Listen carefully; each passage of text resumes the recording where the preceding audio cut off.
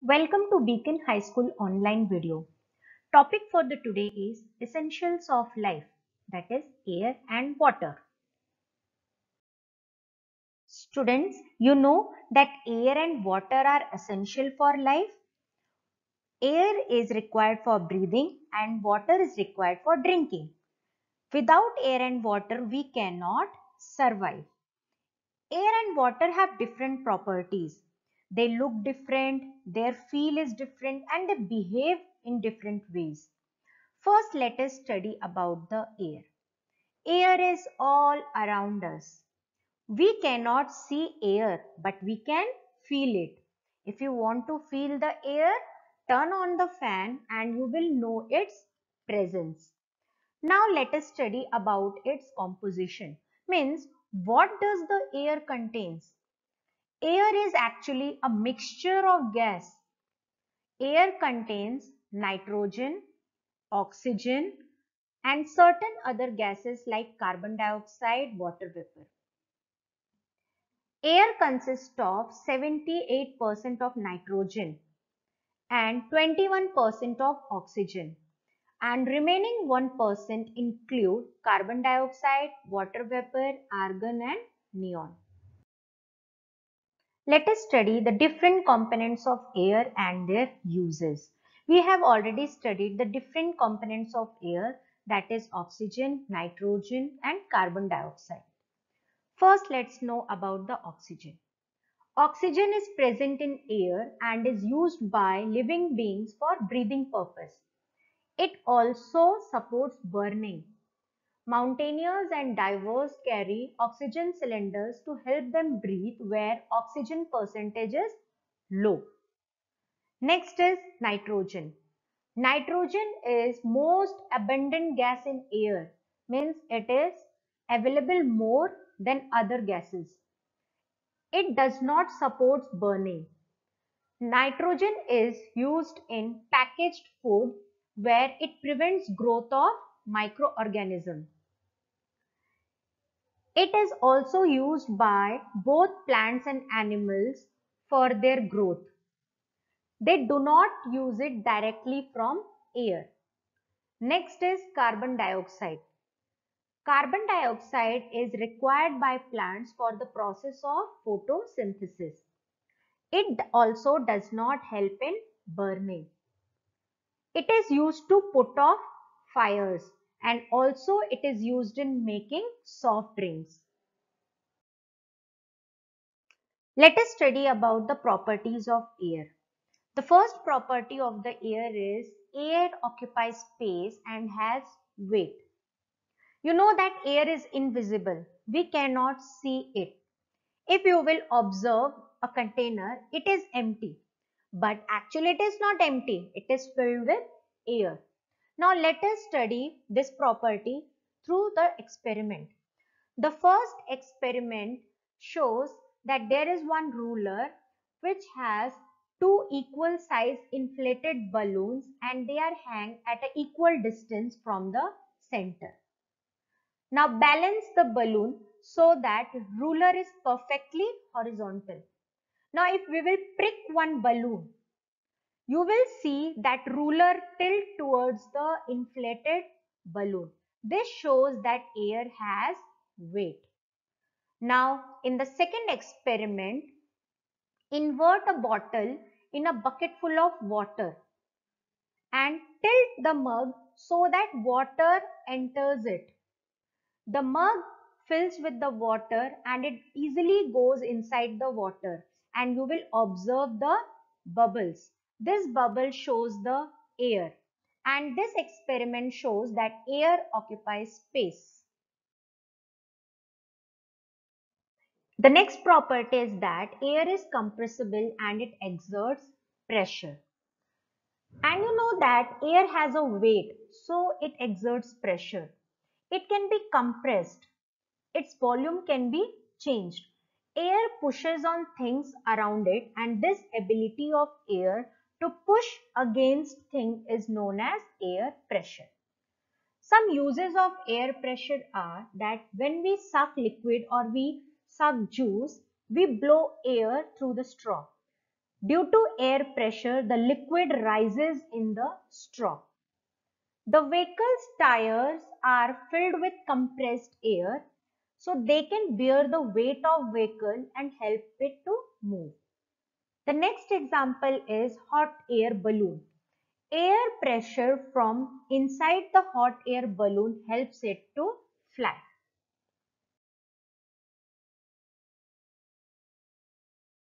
Let us study about the water. Water is required for drinking, which is needed for survival. We also take in water through drinks like fruit juices, milk, tea or coffee. Water is also present in the food we eat. The unique property of water is that it can dissolve a large number of substances. Therefore, water is a good solvent. Now, what is solvent? Solvent is a liquid in which different substances or any substances can mix or dissolve properly. Now, what is solution? When a substance dissolves fully in a solvent, it is known as solution. For example, if we mix salt in a water, it fully dissolves in the water. Then it is known as solution. Now, what is soluble? Soluble are those substances which get dissolved in a liquid. For example, salt and sugar, they are the soluble substances which dissolves in water. Then insoluble. Insoluble are those substances which does not dissolve in liquid. For example, if we add sand in a water, the sand does not get fully dissolved in water. We can see some parts of sand in the water. We have studied about the insoluble substances. Insoluble substances that do not dissolve fully in water. For example, sand, wood, metal and plastic. Now let us know how we can remove these insoluble substances from water. There are basically three methods: sedimentation, decantation and filtration. First, let us know about the sedimentation. In this method, the mixture or impure water means which contains insoluble substances, they are allowed to stand undisturbed for some times. The insoluble substances such as mud or sand, they are being heavier and they settle at the bottom of the container. These substances that settle down is known as sediment and we get the clear water. So the process of settling down of heavier insoluble substances in a liquid is called sedimentation. Through sedimentation, we have got the sediment and clear water. So in this process, that is decantation, the clean water above the sediment is carefully poured into another container. The process by which a liquid is carefully poured out and leaving behind the sediment is called decantation. After performing the sedimentation and decantation process, still some part of solid substance remain in the water. So to remove that, a process is performed, that is the filtration. Now what we do in filtration? Let us study. In filtration, the water containing insoluble substances is poured into another container using a filter. Now what is filter?